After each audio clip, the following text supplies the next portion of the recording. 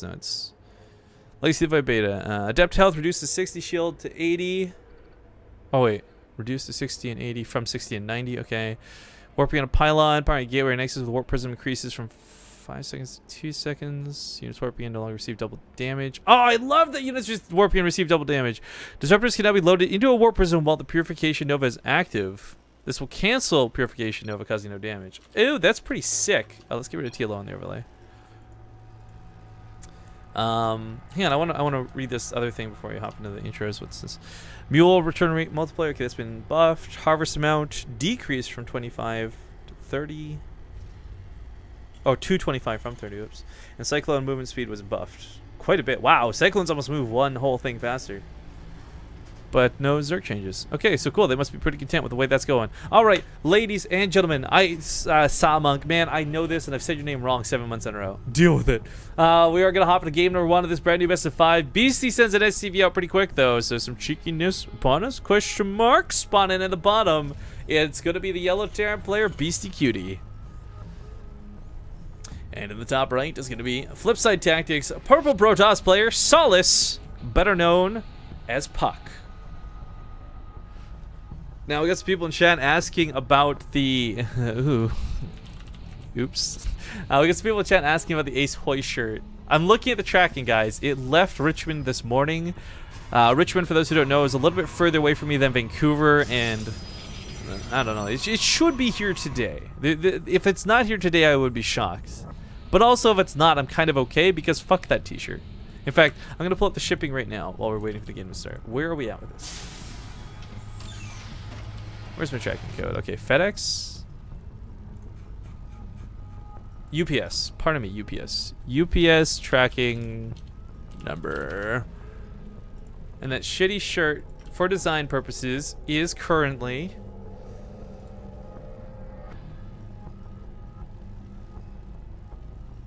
Wait, what?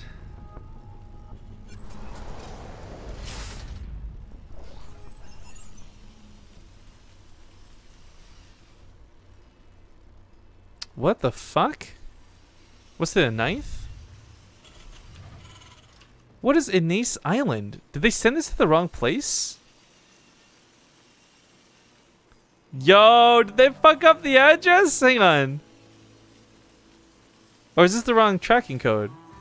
Oh, it's the wrong tracking code. Oh, I pasted it in wrong. Sorry, okay, we'll focus on the game. I'll look at it later. Okay, shot goes off, doesn't quite kill the Reaper. It's worth noting. Photon overcharge looks hella funny on a pylon, but it does do 30 damage a shot. It's no laughing matter. And this proxy is... it's gonna come back home. I'm sorry, guys. I should have been focusing on the game. My bad. This last best of 5, though, still prize pool up in the air. It's up to you guys what this prize pool is going to look like. So remember, go to !match3 in chat for all the details. It's currently at $107. That's freaking awesome. But if you guys all use that code, you'll add more to the prize pool. Adept's gonna get some shots off.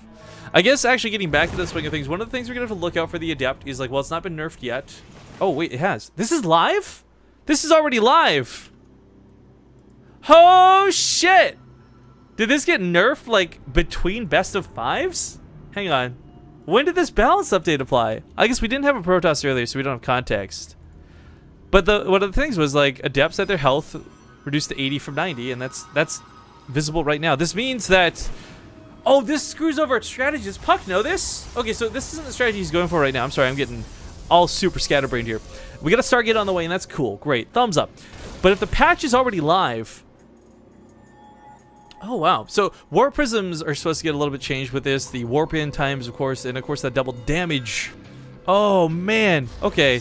Sorry, I've never cast a game where like, boom, this is like the first thing live on the patch.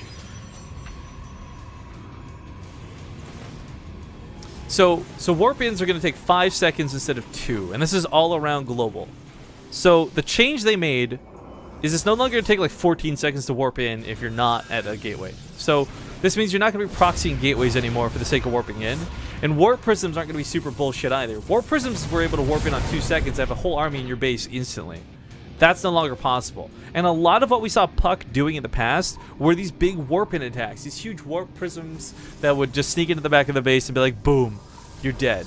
So Again, I'm not sure if Puck is aware of this or not. I'm definitely going to ask him after the series. That's for certain. By the way, like I said, he's gone with the Stargate opener this game, so it's not so bad for him right now. 5-second warp-ins that take no double damage, though, is going to be nice. For sure. What are the bets looking like for this, though? Because everyone wants to know. 11,000. Whoa. 11,252 Partoofs bet on Beastyqt with 22,576 on Puck. What? What the fuck? Holy moly. That's okay. I can't wait to see how these bets pay out when the series ends. Beastie did mention, by the way, that he has been liking TvP since the most recent changes. Well, I guess I can't say that because the most recent changes just happened, but the most recent changes before the most recent changes. Oh, these Widowmine shots are actually really nice.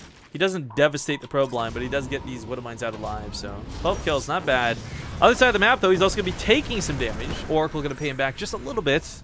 Level 6 SCVs go down.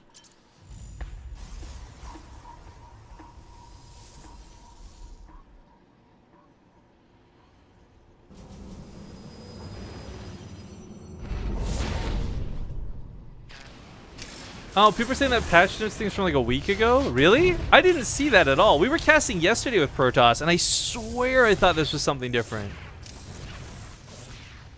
I'm getting called out for not reading the date. I'm sorry for not juggling everything and reading dates at the same time, but oh my god, that Widowmine hit stacked those probes so badly. And balance changes aside. Ouch, that's gonna sting.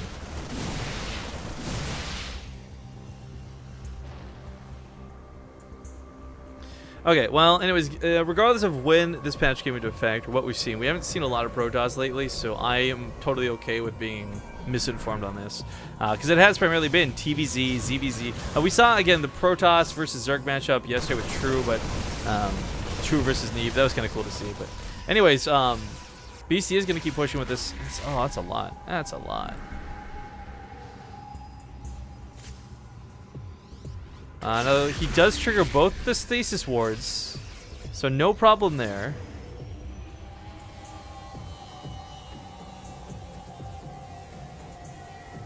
Let's see. A couple of Phoenix to pick up with his Warm Widow Mines, but I guess BC with his Trapped Marine does get vision with it at least, so he sees the army waiting for him. With the 2 pylons on top of the actual army for photon overcharges, not wanting to push up this ramp. I actually kind of like that he's chosen to withdraw from this. Liberators are coming up next, but he doesn't actually have Defender mode researched yet. Again, big issues on it being called Defender mode, but we'll get over that for now. Tech Lab finishes up, and he's going to be producing 3 Liberators at a time. And I don't know where I sit with Liberators on this. Liberators, when anti-air mode, are great at dealing with Phoenix. So if there are going to be a ton of Phoenix out of Puck, that's not a bad thing to have. But typically, they're not in anti-air mode. Typically, the Liberators are in anti-ground mode. And they're going to blast away and obliterate, stalkers and depths and everything. And if that's the case, then they can't shoot up. And those Phoenix might actually end up being really effective. But we do have Disruptors on the way. With Disruptors added into the mix, it is like a Baneling that you can't kill. We just talked about the changes to this, where I guess you can pick up in the Warp Prism to save it. That's kind of cool. But I don't know, guys. I am a little bit worried for Puck's sake, just how this game's going to play out with the composition he has available.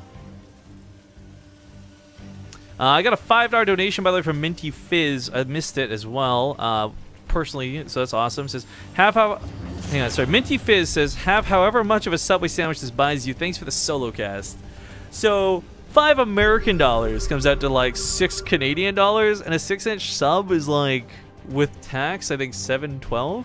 I should know. I know that a foot-long meal is $10.29. Because I get that one all the time. But anyways, thank you, Minty Fizz, man. The Subway dream's real. Oh, yes.